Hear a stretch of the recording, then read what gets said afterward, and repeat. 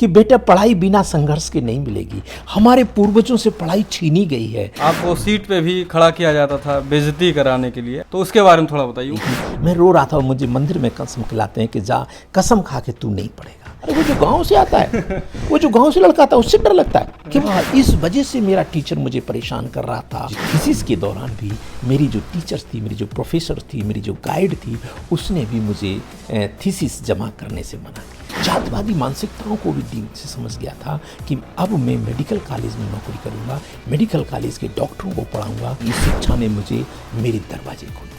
मैं गांव देहात में था, कभी सोचा भी नहीं था कि हवाई जहाज मेरी आम सवारी।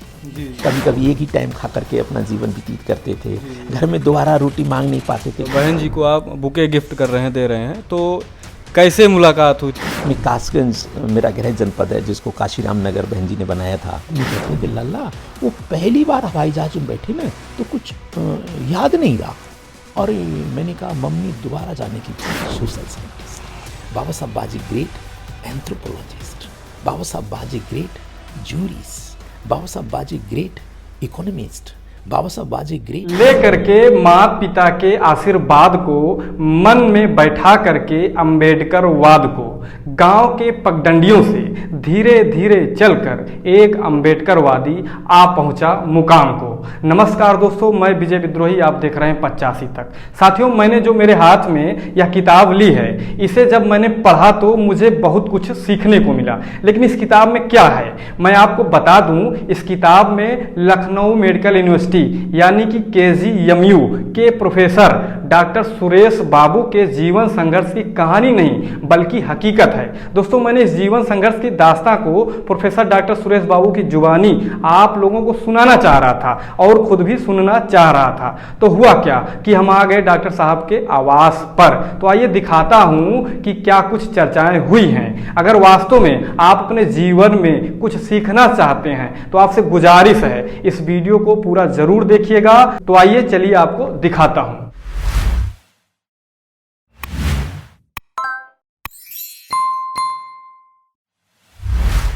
मैं डॉक्टर सुरेश बाबू प्रोफेसर हूँ king George medical university Lucknow में जी। इसको यूनिवर्सिटी का दर्जा पूर्ववर्ती सरकार मायावती जी के द्वारा ये छत्रपति साहू जी महाराज मेडिकल यूनिवर्सिटी के नाम से दिया गया था। उसको यूनिवर्सिटी बनाया था और आज उस यूनिवर्सिटी का किंग जॉर्ज मेडिकल यूनिवर्सिटी के नाम से जानते हैं। तो मैं वहीं पर हूँ और यही मेरा परिचय है। जी। तो सर, जैसा कि ये किताब है शिक्षा के 2 कदम उजाले की ओर, इसके बारे में आप कुछ बताइए। इसको क्यों लिखना पड़ा और इसमें क्या है? देखिए, ये तो जीवन की कहानी है जी। कि किस तरीके से हम गांव से चल कर के इस मेडिकल कॉलेज तक पहुँचे और कौन कौन सी चीज़ का हमने फेस किया, किस किस तरीके से हम यहाँ तक पहुँचे। तो उस चीज़ में मुझे लगा कि मैं यहाँ पहुँचने के बाद जिन चीज़ों को मैंने फेस किया, जिन चीज़ों से मैंने संघर्ष किया, जो चुनौतियाँ मेरे सामने आईं, अगर मैं उसमें, क्योंकि माता पिता सभी लोग कहा करते थे, मेरी मम्मी, मेरे पापा आज नहीं है, मेरी मदर मेरे साथ हैं जो करीब 90 इयर्स की हैं और गांव में रहते थे, खेतीबाड़ी नहीं थी, गरीबी थी और भी बहन भाई थे, तो बहुत संघर्ष था। एक शॉर्ट में पूछा जाए कि आप क्या थे उस समय जब आपने अपनी स्टूडेंट लाइफ को स्टार्ट किया था और आज जो है किस मुकाम पे हैं? देखिए, अगर आप देखेंगे आज हम सब लोग जितने भी, मैं बहुजन समाज के अंतर्गत आता हूँ और बहुत संघर्ष किया है मैंने। आज भी हम लोग ये देखते हैं उच्च शिक्षा, उच्च स्थान पाने के बाद भी कि जाति व्यक्ति का पीछा नहीं कर छोड़ती, जाति हमेशा साथ रहती है। बहुत सारे लोग ये भी कहने लगे हैं, आजकल मीडिया के माध्यम में भी सुनने आता है कि भारत में जातिवाद सबसे बड़ा आतंकवाद। ये बातें अब बहुत मुखर होकर आती हैं, हम लोग भी फेस करते हैं। तो मैं पर्दे में, जो मैं गांव देहात से निकल के मैं जब यहाँ पहुँच रहा था, मैं संघर्ष कर रहा था, अपने जो एजुकेशन के लिए संघर्ष कर रहा था, तो मैं खुद भी देखता था कि ये जो जाति थी ये पीछा कर रही थी। जाति के नाम पर, जाति के उस पर शोषण होता था। हम एहसास करते थे, हम महसूस करते थे, हमें स्कॉलरशिप मिलता था, लेकिन स्कॉलरशिप के लिए हम घंटों हम लोगों के सामने खड़े रहते थे, शुक्ला जी हुआ करते थे, कभी जो है कभी कोई हुआ करते थे ऑफिस में वजीफ़ा के लिए कि साहब हम ये सोचते थे कि थोड़ा सा कुछ मिल जाएगा तो हम अपनी किताब ले लेंगे या कुछ कपड़े बनवा लेंगे, या फिर हमारे पास जूते नहीं हम जूते ले लेंगे। तो बहुत संघर्ष होता, हम घंटों खड़े रहते थे, मुंह लटकाए खड़े रहते, लेकिन वो उनकी तरफ से कोई आंसर नहीं होता था, वो कभी नहीं देखते थे, बल्कि दुत्कारते, बेइज्जत करके भगा दिया करते थे।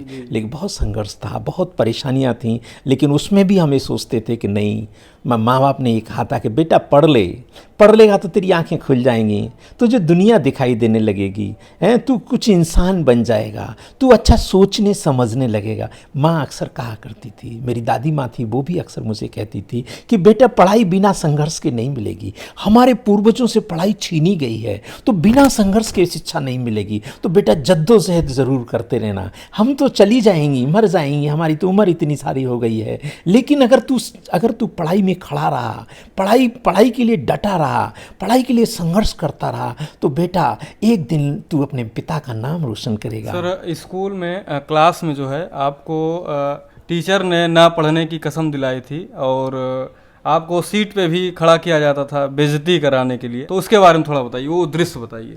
देखिए बहुत स्ट्रगल है जीवन, बहुत उतार चढ़ाव से गुजरा, आज हम इस मुकाम पे पहुँचे हैं। तो मैं इंटर में था, पढ़ने में होशियार था, बायोलॉजी का सेक्शन था, हम आगे बैठा करते थे, आगे लड़कियां 2 रूम में बैठती थीं, उसके पीछे हम बैठा करते थे। लेकिन संजोग से हमारे एक टीचर थे भारद्वाज, फिजिक्स की क्लास टीचर हुआ करते थे, और हम कासगंज में पढ़ते थे इंटर कॉलेज में, तो वो लोगों के घर ट्यूशन पढ़ाने जाते थे। बच्चे अच्छे माँ बाप के बेटे, जो बड़े माँ बाप के बेटे थे, उनके घर पढ़ाने जाते थे। ऐसे ही संजोग से मुझे तो बहुत बाद में पता चला कि ऐसी कहानी हुई है। तो वो जैसे ही आते हैं कहीं ट्यूशन में, कुछ लोगों के बीच में कुछ चर्चा करते हैं, चर्चा करने के बाद जो है क्लास में आते हैं, और क्लास में आकर के सीटिंग प्लान करके मुझे उठा करके पीछे बिठा देते हैं। जब मैं पीछे चला, मैं कहता हूँ सर मैं छोटा हूँ, मुझे नहीं दिखाई देगा, तो कह रहे हैं कि तेरा मेरा हाथ दिखाई देता है तुझे, तेरे पूरे गाल पे कवर आएगा, ये 5 उंगलियां तेरे गाल पे दिखाई देंगी, तू खड़ा होता है कि नहीं होता है। मैं चुपके से अपना बैग उठाता हूँ, पीछे जाके बैठ जाता हूँ, फिर आर्गू करता हूँ सर से, तो मुझे अपनी टेबल के ऊपर खड़ा कर देते हैं। जिस टेबल में बैठा, कुर्सी और मेज हुआ करती थी, वो टेबल पर खड़ा कर देते हैं। मैं बहुत परेशान, मैंने किया ऐसा तो मैंने कुछ नहीं कहा, सर ने मुझे कर दिया। अल्टीमेटली जब भी क्लास फिजिक्स का होता था तो मुझे ही टॉर्चर करते थे, मुझे क्वेश्चन करते थे, मैं बताता था, सारे लोग क्लास में हाथ उठाते थे, मैं भी उठाता था, क्योंकि मैं होशियार था, अपनी बात कहना जानता था, तो मैं उठाता था, तो वो उसी पर नाराज होकर के मुझे फिर डांटते थे, बार-बार क्यों आंसर दे रहा है। हाँ, मैं परेशान होता था। अल्टीमेटली पूरा घंटा गुजरता था, मैं क्लास में टेबल पर खड़ा होता था, मुझे डांटते थे बहुत ज़्यादा, इतना डर लगने लगा था कि मैं क्लास जाऊं कि न जाऊं। मुझे खाते पीते उठते बैठते, मुझे भारद्वाज नाम टीचर, जो मेरे फिजिक्स के टीचर थे, सर की मुझे याद आती थी, और सर से मैं डरने लगता था। अल्टीमेटली मैं क्लास छोड़ने की स्थिति में पहुंच गया। मतलब कि मेंटली टॉर्चर किया जाता, बहुत ज़्यादा मैं अपने को रिवाइव करता, अपनी माँ बाप की कही हुई बातें मैं याद करने लगा। माँ बाप ने कहा था बेटा पढ़ लेगा तो तुझे दुनिया दिखाई देगी, यहाँ मुझे अब दुनिया नहीं दिखाई दे रही थी। यहाँ मैं बताता तब भी डांट खाता था, जब नहीं बताता तब भी डांट खाता था। अल्टीमेटली पूरा घंटा मेरे उस पर होता था, लड़के पढ़ रहे होते थे, मैं टेबल पर खड़ा होता था। एक दिन तो ऐसी स्थिति आ गई कि मैंने जब बताया कि सर मेरे घर में मिट्टी का तेल नहीं था, पहले हम लोग मिट्टी का तेल से दीपक जला के पढ़ा करते थे, हमारे अपने 80s की बात है, 80s से लेकर के जो है 82 की बात है। तो हम जो है, मैंने टीचर से कहा, मैंने कहा सर हम पढ़ नहीं पाए, हमारे घर में मिट्टी का तेल नहीं था। तो वो बहुत ज़्यादा नाराज़ हो जाते हैं और कहते हैं कि तू कसम खाकर नहीं पढ़ेगा, और मुझे हाथ पकड़ के घसीट लेते हैं। बगल में एक मंदिर था, वहाँ ले जाते हैं, वहाँ ले जा करके मुझे मंदिर पर कसम खिलाते हैं। तो उस दिन मैं ही नहीं रो रहा था, क्लास में सारे बच्चे रो रहे थे, सारे बच्चे, क्योंकि मानवीय दृष्टिकोण के थे, सारे लोगों में एक रुआस आ रही थी। मैं रो रहा था और मुझे मंदिर में कसम खिलाते हैं कि जा कसम खा के तू नहीं पढ़ेगा। अल्टीमेटली उसके बाद कुछ लोगों ने, यहाँ तक कि क्लास में उन्होंने ये कह दिया था, कोई बच्चा इस सुरेश के साथ घूमते हुए दिखाई दे गया मुझे तो पास नहीं हो सकता। मैं अकेला रहता था, अकेले क्लास में, तो सब डर लगता था सारे लोगों को कि अगर टीचर देख लेगा तो पता नहीं क्या करेगा। वो मेरे क्लास टीचर थे, मेरे फिजिक्स के टीचर थे, वो प्रॉक्टर हुआ करते थे, उनका दबदबा था उनके पूरी क्लास में, पूरे सारे लोगों को। लेकिन मैं नहीं जानता था कि वो कास्टिस्ट हैं, मैं नहीं जानता था कि उनके दिल और दिमाग में ये चीज़ नहीं मालूम। जानता था, मैं समझता था, ये चीज़ों को समझता था, इतना नहीं समझता था कि लोग इतनी गहराई तक जा सकते हैं। अल्टीमेटली ये हुआ कि मैं जो है फिर वो मंदिर में कसम खिलाते हैं, तो एक लड़के ने मुझे, मेरा एक दोस्त हुआ करता था, वो बाद में जज बना, वो बाद में चल करके जो है, उसने मुझे बताया कि यार सुरेश यार, मीटिंग ट्यूशन में एक बात हुई थी, वो संजय सक्सेना और वो द्विवेदी जो लड़का था, उसके पिता घर पढ़ाने जाता था, तो उन्होंने पूछा कि तुम टॉप करते हो, टॉप करो क्यों? हमेशा साइंस और बायोलॉजी का लड़का करता था। तो क्लास जो हमारे भारद्वाज थे, उन्होंने ट्यूशन पढ़ाते समय उन लड़कों से पूछा, संजोग से उन लड़कों ने ये कह दिया कि सर हमें डर लगता है, तो सुरेश से डर लगता है। अरे वो जो गांव से आता है, वो जो गांव से लड़का था, उससे डर लगता है कि वो इतना होशियार है? क्या? हाँ सर होशियार है।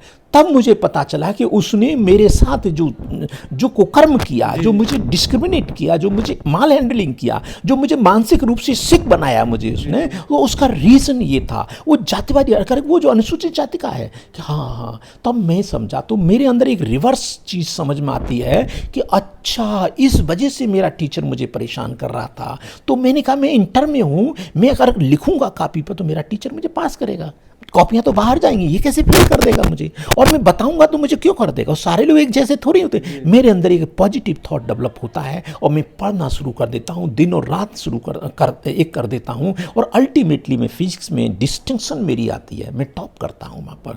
और मैं उस टीचर से भी मिलता हूँ कि सर आपने मेरे साथ जो किया सो किया, किसी और के साथ मत करिएगा। लेकिन वो कहता है, वो फिर मैं उसके पैर भी छूता हूँ, मैं उनको रिगार्ड करता हूँ। मैं नहीं जानता था कि मेरे इतने जो टीचर हैं वो भी जातिवादी हो सकते हैं। तो it was very painful for me. लेकिन खैर किसी तरह से संघर्ष करके, बाबा साहब की प्रेरणा से, समाज की प्रेरणा से, माननीय प्रकाश राम साहब की प्रेरणा से, महापुरुषों की थीम से मैं निकल के बाहर आ गया। जब मैं मेडिकल में आया, और मेडिकल में भी मैंने MBBS किया, मैंने MBBS के बाद मैंने MD किया, और MD में भी जब कर रहा था, यहाँ भी बहुत सारी चीज़ें मैं देखा। मेडिकल में बहुत महापुरुषों को मैं समझ पाया, हमारे जो सीनियर्स थे उन्होंने महापुरुषों को समझाया, तब मैं गहराई से इस बात को समझने में मैं सक्षम हुआ।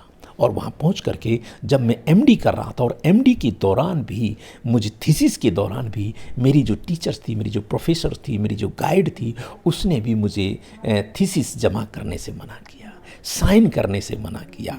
कहा कि तुम्हारी साइन बाद में करेंगे, हम चाहते हैं तुम्हारी थीसिस और अच्छी हो जाए। तो मैं समझ गया कि मेरी थीसिस अगर समय पर जमा नहीं होगी तो मैं एग्ज़ाम में नहीं बैठ पाऊंगा। इसका मतलब अल्टीमेटली उन्होंने मुझे फेल करने का प्लान कर लिया। मैं इस बात को समझा तो मैं रोया, गाया, काफ़ी उनके घर गया, काफ़ी उनसे बात किया, रिक्वेस्ट किया। उनके घर जाके कई घंटे में खड़ा रहता कि मैडम मेरी थीसिस साइन कर दीजिए, मेरी थीसिस साइन कर दीजिए। अल्टीमेटली मैं ये एहसास किया कि इतनी ऊंचाई पर पहुंचने के बाद, इतने पढ़े लिखे टीचर्स के बीच में भी वो भी जातिवादी मानसिकता के शिकार हैं।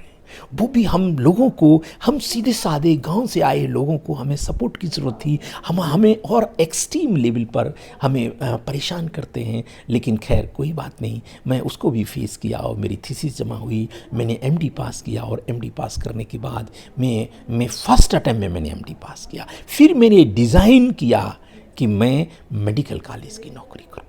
मैं इतना थॉट प्रोसेस मेरे डेवलप हो गए थे, इतना मैं समझने लगा था, संघर्ष में समझते हुए मैं इतनी चीज़ों को समझ गया था, जातिवादी मानसिकताओं को भी डीप से समझ गया था कि अब मैं मेडिकल कॉलेज में नौकरी करूंगा, मेडिकल कॉलेज के डॉक्टरों को पढ़ाऊंगा, मेडिकल कॉलेज में अपना पेबैक करूंगा लोगों के बीच में। और तब से ला करके मैं फैकल्टी बना। फैकल्टी बनने के बाद मैं आपके बीच में आया, और इतना ही नहीं, इस शिक्षा ने मुझे मेरे दरवाजे खोल दिए। मैं गाँव देहात में था, कभी सोचा भी नहीं था कि हवाई जहाज मेरी आम सवारी होगी। लेकिन धन्य है बाबा साहब, मैं ऋणी हूँ बाबा साहब का, मैं ऋणी हूँ अपनी महापुरुषों का, जिनकी प्रेरणा से, जिनसे इंस्पायर होकर के मैं पढ़ लिख करके मेरी दुनिया के सारे दरवाजे मुझे खुले, मेरी हवाई जहाज आम सवारी हो गई। तो मैं बच्चों से भी ये कहना चाहता हूँ कि बेटा पढ़ने में कमी मत करना, पढ़ाई पूरी तन्मयता से करना, पूरी डीप तरीके से करना, समझते हुए करना, और समझ के, समझदारी के साथ जब तुम पढ़ाई करोगे तो निश्चित रूप से दुनिया के सारे दरवाजे खुल जाएंगे। कितना भी कष्ट हो, कितना भी दिक्कत हो, कितनी भी अड़चने हो, कितना भी जातिवादी एक्टिविटी हो, अगर तुम्हारे थॉट क्लियर है, तुम्हारा सोच क्लियर है, तुम्हारी बिहेवियर क्लियर है, तुम्हारी पर्सनैलिटी क्लियर है, तो निश्चित रूप से तुम्हें कोई रोक नहीं पाएगा। तो ये KGMC जो विद्यालय है, विश्वविद्यालय है, इसका नाम जो है पहले छत्रपति साहू जी महाराज, क्या था इसके बारे में? इसका छत्रपति साहू जी महाराज, जब BSP की सरकार थी, बहन कुमारी मायावती जी थी, तो उन्होंने इस पहले किंग जॉर्ज मेडिकल कॉलेज था, कॉलेज स्तर का था। तो ये उसके बाद इसको काफ़ी अपग्रेड करके करीब लगभग काफ़ी अमाउंट 700 करोड़ बताया जाता है कि 700 करोड़ रुपए सरकार ने दिए और इससे सारी चीज़ें अल्ट्रा मॉडर्न की और साहूजी महाराज छत्रपति साहूजी महाराज मेडिकल यूनिवर्सिटी इसका नाम रखा। इसलिए रखा 2002 में रखा कि 1902 में छत्रपति साहूजी महाराज ने अपने रियासत कोल्हापुर में 50% रिप्रेजेंटेशन किया था। उनकी एक धरोहर थी, उनकी विरासत थी। तो बीएसपी की सरकार ने उस 100 साल पूरे होने पर उनको कृतज्ञता व्यक्त करते हुए इस मेडिकल कॉलेज का, लखनऊ के इस मेडिकल का, किंग्स और मेडिकल कॉलेज का छत्रपति साहूजी महाराज मेडिकल। क्या अभी भी यही नाम है? नहीं, अब तो नाम बदल दिया, लेकिन जब रखा था मान्यवर काशीराम और सब लोग थे, तो जब नाम रखा था तो उसी दौरान एक बड़ी भव्य मूर्ति मान्यवर छत्रपति साहूजी महाराज की मेन गेट पे कांसे की मूर्ति लगी हुई है। इतनी भव्य मूर्ति हो, ये पता था लोगों को, शायद अपने पुराने लोगों को ये पता था कालांतर में लोग इसका नाम बदल सकते हैं, लेकिन साहूजी महाराज को नहीं हटा सकते। तो साहूजी महाराज का जो मूवमेंट हमेशा लोगों को याद रहता है, ओबीसी समाज नहीं, दलितों को भी, सभी लोगों को ये याद रहता है कि इन्होंने बाबा साहब को आगे बढ़ने में, आज भारत की जो स्थिति है, आज जहाँ पर हम सब लोग हैं, वो बाबा साहब की और बाबा साहब को यहाँ तक पहुँचाने वाले छत्रपति साहूजी महाराज हैं, जिनको हम लोग नमन करते हैं। रोज मेडिकल कॉलेज के सामने जब भी कोई एक्टिविटी होती है, हम लोग साहूजी महाराज को नमन करते हैं, उनसे प्रेरणा लेते हैं और उनसे प्रेरणा लेकर के फिर पे बैक टू सोसाइटी, समाज में कुछ करना चाहते हैं, कुछ देना चाहते हैं।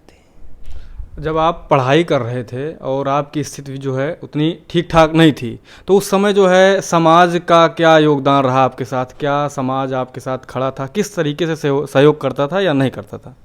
देखिए, समाज का तो सहयोग रहा हमेशा। सामाजिक, नो डाउट गरीबी थी, गांव देहात में बहुत गरीबी थी, खाने को नहीं मिलता था, कभी कभी एक ही टाइम खा करके अपना जीवन व्यतीत करते थे। घर में दोबारा रोटी मांग नहीं पाते थे क्योंकि था ही नहीं, पहले अकाल भी पड़ता था, खेती बाड़ी भी नहीं होती थी, बारिश बहुत होती थी, तो सारा सब कुछ खत्म हो जाता था। अल्टीमेटली ये था कि समाज तो साथ था, समाज ने बहुत भरपूर मदद किया है। समाज जिस लेवल पर भी था, समाज जो है उसने कभी भी जो है छोड़ा नहीं, और मैं भी समाज के बीच में रहा और मैं समाज का ऋणी हूँ, पूरी तरह से ऋणी हूँ। और मैं जहाँ खड़ा हूँ इसकी पूरी क्रेडिट मैं समाज को देता हूँ, समाज की बदौलत ही हूँ, उन माँ बाप की बदौलत हूँ। मेरे पिता नहीं है, मेरी माँ है जिसकी बदौलत मैं यहाँ पहुँचा हूँ। मेरी पत्नी है जो कंधे से कंधे लगाकर मेरे साथ चलती है, मेरे साथ खड़ी रहती है। आज मैं देश विदेश चारों तरफ डिफरेंट मेडिकल का, भारत ही नहीं, भारत के डिफरेंट मेडिकल कॉलेजेस में आपके यूजीसी इंस्पेक्शन, एमसीआई इंस्पेक्शन, स्नैक इंस्पेक्शंस, बहुत सारी चीज़ों में मैं अपनी सहभागिता सरकार को देता हूँ, संस्था को देता हूँ, सरकार को देता हूँ। आपके अपना जो भी कंट्रीब्यूशन है एज ए एजुकेटेड पर्सन्स, मैं अपना भारत निर्माण में पूरी तरह से देता हूँ। मेडिकल रिजर्वेशन के बारे में आप क्या कहेंगे? मेडिकल में रिजर्वेशन है, रिजर्वेशन जहाँ पढ़े लिखे लोग हैं, मैं ये महसूस करता हूँ वहाँ पर विकृतियाँ ज़्यादा हैं। दूसरे लोग हर तरीके से हथकंडे अपनाते हैं कि चीज़ों को रोका जाए, चीज़ों को रोकने का प्रयास करते हैं। लेकिन कॉलेजेस में जो छात्र होते हैं, जो फैकल्टीज़ होते हैं, वो संघर्ष करते हैं, अपनी बात रखते हैं, अपनी बात को रखते हैं। और आपने मेडिकल ऑर्गेनाइजेशन भी क्रिएट किया है, ऐसा कुछ मैंने पढ़ा है, उसमें क्या है, इसके बारे में बताइए। मेडिकल, देखिए एक चीज़ बता दूं आपको, जो पीजी में रिजर्वेशन है, एमडीएमएस एंट्रेंस में जो रिजर्वेशन है, ये हम कुछ जो उस दौरान 89 की बात है, मैं I was in final year, तो उस दौरान हम डॉक्टर्स लोगों ने बहुत अथक प्रयास करके, बहुजन समाज के डॉक्टर्स थे, उसमें SC/BC के भी लोग थे, कांग्रेस की सरकार हुआ करती थी, ND तिवारी हुआ करते थे चीफ मिनिस्टर्स, और उस दौरान पीजी में रिजर्वेशन का हम लोगों ने पहल किया। और उस पहल में करीब सुन लीजिए कि बीएसपी के करीब 16-17 विधायक हुआ करते थे, और कांग्रेस में बहुत सारे शेड्यूल कास्ट के माता प्रसाद जी थे, गुलाब सहरा थे, आपके बहुत सारे लोग थे जो मिनिस्टर्स हुआ करते थे। इन सारे लोगों के सहयोग से हम लोग ND तिवारी से संपर्क किया। ND तिवारी ने आदेश किए कि पीजी में रिजर्वेशन होना चाहिए। तो इसका एक बहुत बड़ा कंट्रीब्यूशंस हम डॉक्टरों का है, जिन्होंने पीजी में रिजर्वेशन कराया, और पीजी में रिजर्वेशन करने के आज हमारे लोग डिफरेंट मेडिकल कॉलेज में शिक्षक तक दिखाई दे रहे हैं। तो ये बहुत बड़ा, उस समय बहुत बड़ा मूवमेंट था। सर, जैसा कि मैं देख रहा हूँ कि बहन जी को आप बुके गिफ्ट कर रहे हैं, दे रहे हैं, तो कैसे मुलाकात हुई थी, इसके बारे में थोड़ा बताइए। देखिए, हम पढ़े लिखे लोग हैं, अधिकारी लोग हैं, तो हम लोग का अक्सर मुलाकात तो होती है, सारे सरकार में जो भी रहते हैं सरकार के साथ हम लोग का एक हम लोग भी सरकारी मुलाजिम हैं, तो उनके हिसाब से हम लोग की मीटिंग्स रहती हैं, कभी जाते हैं, कभी किसी फॉर्म में जाते हैं, कभी मीटिंग्स होती हैं, तो अक्सर मुलाकात में कोई ऐसी दिक्कत नहीं होती, मुलाकात होती है, मुलाकातें हुई हैं। और समाज की जब भी कोई समस्याएं, कुछ चीज़ें होती हैं तो हम लोग सामने रखते हैं सरकार के, चाहे जो भी हो सरकार में हम अपनी बात रखते हैं और समाज के लिए पेबैक करने की कोशिश करते रहते हैं। और सर, जैसा कि हमने पढ़ा, इसमें एक चीज़ और लिखा है कि आपने अपनी माताजी को जो है विदेश में एक नहीं दो बार, कई बार जो है विदेश को हवाई जहाज़ से घुमाने ले गए, उसके बारे में थोड़ा बता दीजिए, वो क्या घटना थी? ये तो मैं करीब 20-25 कंट्री जा चुका हूँ, काफ़ी विजिट किया। कभी सोचा भी नहीं था कि मैं इतना विदेशों में जाकर के अपने मेडिकल फील्ड को रिप्रेजेंट करूँगा, वहाँ व्याख्यान करूँगा मैं। तो ये मेरे लिए नहीं मेरे समाज के लिए भी एक गौरवान्वित की बात है। मैं इसकी क्रेडिट अपने समाज को देता हूँ। तो मैं अक्सर जाया करता था, मम्मी घर पर रहती थी, तो मम्मी अक्सर, एक दिन मम्मी मेरे से बोली कि बेटा मेरे भी कागज़ बनवा दो। मैंने कहा कि मम्मी के कौन से कागज़ बनेंगे इस एज में? तो मैं दिमाग में एक क्षण आया कि मम्मी मेरी गांव जाती रहती हैं।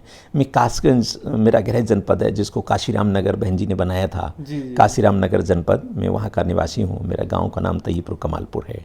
तो मैंने कहा गाँव में जाती हैं, चाचा ताऊ के बच्चों ने लग रहा है मम्मी को जो है भड़का दिया, ऐसा कह दिया कि अपने भैया से जो है कहना, सुरेश से, कि वो आपको विधवा पेंशन के पेपर बनवा देंगे, सो 100, 200, 500 रुपये तुम्हारी जेब में पड़ा रहा करेंगे। मैं ऐसा सोचा कि शायद ऐसा सोच रही है। मैंने मम्मी से कहा, फिर मैंने स्ट्रेस करके, मैंने तुम्हारे कौन से कागज़ बनेंगे इस उम्र में? तो मम्मी कहती नहीं लल्ला, वो जो तुम बाहर जाते रहते हो। अरे मैंने कहा मम्मी तो पासपोर्ट की बात कर रही है, क्योंकि माँ मेरी एसेट्स हैं, एक एसेट के रूप में देखता हूँ। इन माँ बाप की बदौलत ही हम इस दुनिया में आए, इनको कभी नहीं भूल सकते और कभी किसी को भूलना भी नहीं चाहिए। आज मेरी माँ मेरे साथ में है, तो उनको फिर मैंने तुरंत ही देखा कि मैंने कहा अच्छा, तो मैं तुरंत डिपार्टमेंट में जाता हूँ, और डिपार्टमेंट में जाकर के मैंने उनका भारत सरकार की ऑनलाइन साइट पर जाकर के उनका पासपोर्ट का फार्म भर देता हूँ, और यहाँ से बायोमेट्रिक करा करके महीने बाद उनका पासपोर्ट आ जाता है, घर पर बन के आ जाता है। जब घर में आ जाता है तो मैं दोबारा जब शाम को जब लौटता हूँ तो बैठा था, चाय वाय अपना कुछ खाना खा रहा था, तो मम्मी बगल में आके बैठ गई कि लला ये कागज़ तो बन गए, अब इनको कहीं इस्तेमाल करोगे या धर दें?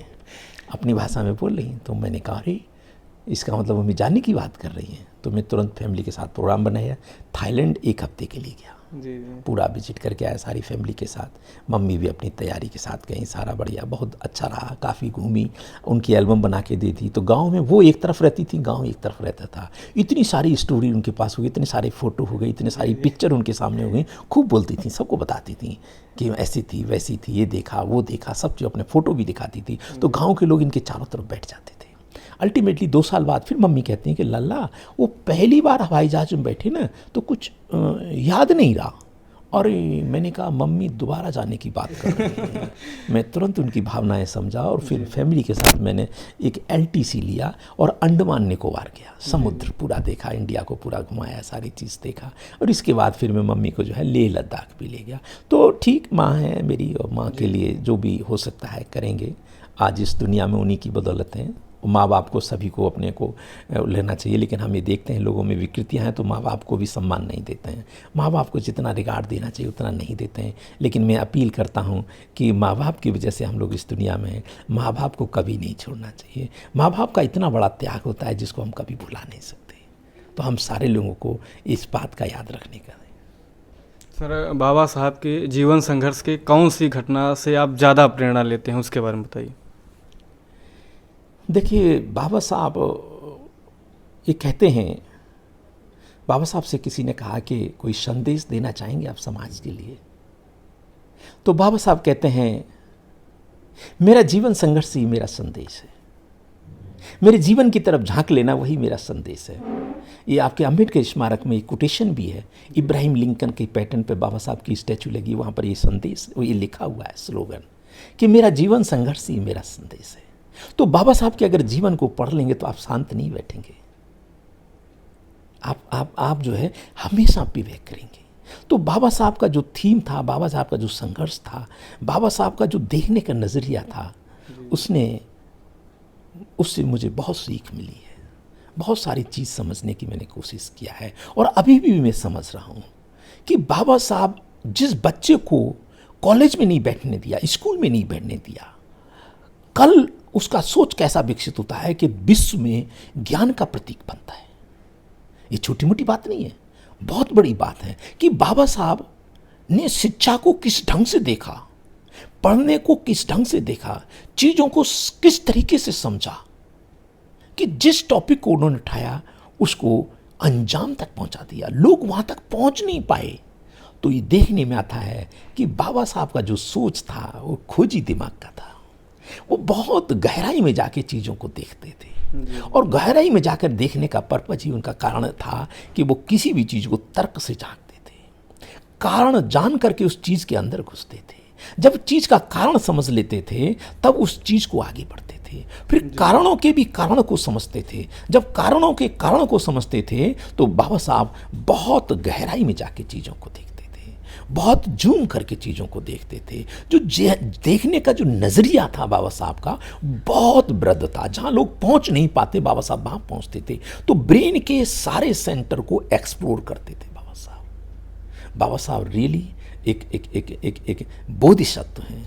बाबा साहब के बारे में, बाबा साहब बाजी ग्रेट सोशल साइंटिस्ट, बाबा साहब बाजी ग्रेट एंथ्रोपोलॉजिस्ट, बाबा साहब बाजी ग्रेट जूरिस्ट, बाबा साहब बाजी ग्रेट इकोनॉमिस्ट, बाबा साहब बाजी ग्रेट राइटर, बाबा साहब बाजी ग्रेट ओरेटर, बाबा साहब बाजी ग्रेट एजुकेशनिस्ट, बाबा साहब बाजी ग्रेट रिफॉर्मर। बाबा साहब क्या नहीं थे, ये आंकना बहुत मुश्किल है। सर, अगर लास्ट में आपसे पूछूं कि जो हमारे दर्शक हैं उनको मैं चाहता हूं कि आप बताइए कि वास्तव में अगर लाइफ में जो है हमको सफल होना है, सफलता की तरफ अग्रसर होना है, तो किस आधार पर और कैसे जो है हम कार्य करें ताकि अपने जीवन को सफल बना सकें। ये तो एजुकेशन का पॉइंट है, बहुत शॉर्ट में, बहुत संक्षेप में तो पॉसिबल नहीं है। जी जी है, लेकिन बाबा साहब को ज़रूर पढ़ें, जी, बाबा साहब को ज़रूर समझें कि बाबा साहब के माइंडसेट में क्या चल रहा था जिससे वो इतनी सारी चीज़ों पर काम कर पा रहे थे, इतनी चीज़ों को देख पा रहे थे। तो जब आपका माइंडसेट एक्टिव होगा, आप एक्टिव होंगे, आप हाई अलर्ट फॉर्म में होंगे, आपका देखने का नज़रिया सही होगा, आपका फोकस सही होगा, तो चीज़ों को समझेंगे सही। एक्चुअली क्या है कि आज के दौर में मैं देखता हूँ मेरे लोग ज़्यादा भ्रम के शिकार हैं, वो बहुत क्लियरिटी नहीं है, क्या सही और क्या गलत है इसका बोध नहीं हो पा रहा है। तो इन चीज़ों के लिए अध्ययन करना पड़ेगा और तार्किक तरीके से चलना पड़ेगा, समझना पड़ेगा, व्यवहारिक जीवन को भी समझना पड़ेगा, पॉजिटिव एटीट्यूड पे चलना पड़ेगा। तो इन सारी चीज़ों को देखें, क्योंकि आपने इतना बड़ा टॉपिक किया है, वो इतनी आसान नहीं है और इतनी जल्दी शॉर्ट शब्दों में भी संभव नहीं है। तो इसलिए मैं बस यही कहूँगा कि अपने को फोकस करें, अपना इंट्रोस्पेक्शन करें, अपना टारगेट फिक्स करें और अपने पर तार्किक तरीके से सोचें, तार्किक तरीके से ही पढ़ें, तार्किक तरीके से ही सोचें। जब तार्किक तरीके से होगा तो सही चीज़ें समझ में आएंगी और सही समझ में आएंगी तो सही बोलेंगे और सही बोलेंगे तो सही देखेंगे, सही देखेंगे तो सही काम करेंगे, सही आचरण होंगे, सही व्यवहार होंगे, सही पर्सनैलिटी होगी। आज हम सोचते कुछ हैं, करते कुछ हैं, इसको सिंक्रोनाइज करना पड़ेगा। तो यही कहते हुए मैं अपनी बात को रोकता हूँ। जय भीम, नमो बुद्धाय।